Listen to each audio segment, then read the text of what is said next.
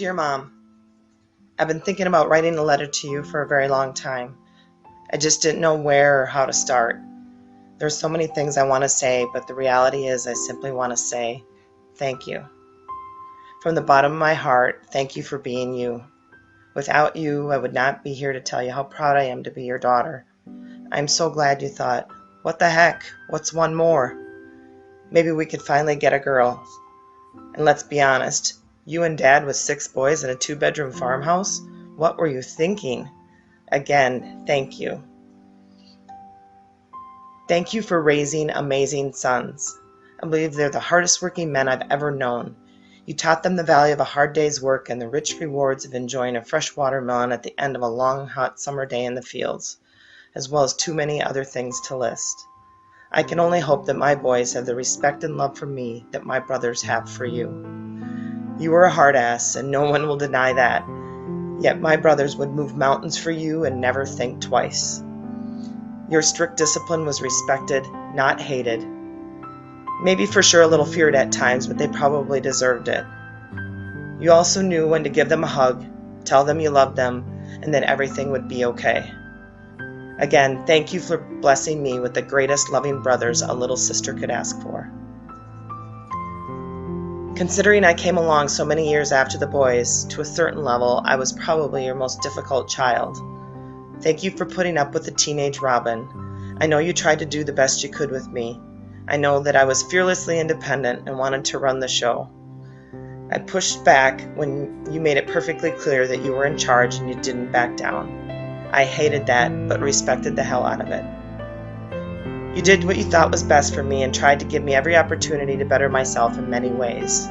Thank you for supporting me and giving me the opportunities that I never would have had, even if they came with having to clean a few toilets before I went out with my friends. The years in Big Sky were special.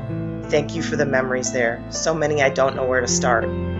Not only did you start a successful condo and vacation home management business that kept you running like a crazy person for almost 20 years, you opened your home to every family member, friend of a friend, and hitchhiker who wanted to come to Big Sky and Yellowstone to experience and see the beauty that we lived in every day.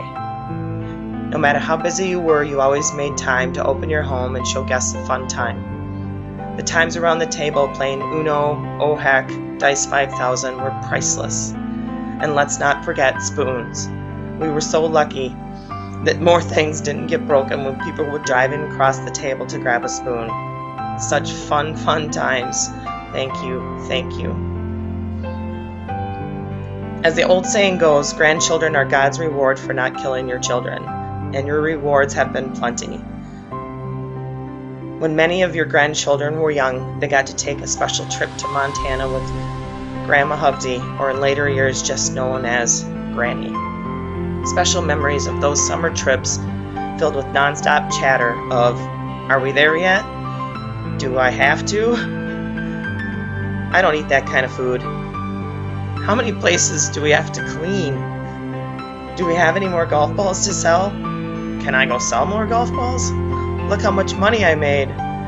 Can we go hunting for more golf balls? And the list goes on. Thank you for taking the time to give those grandkids this memorable trip that they will always remember forever and ever.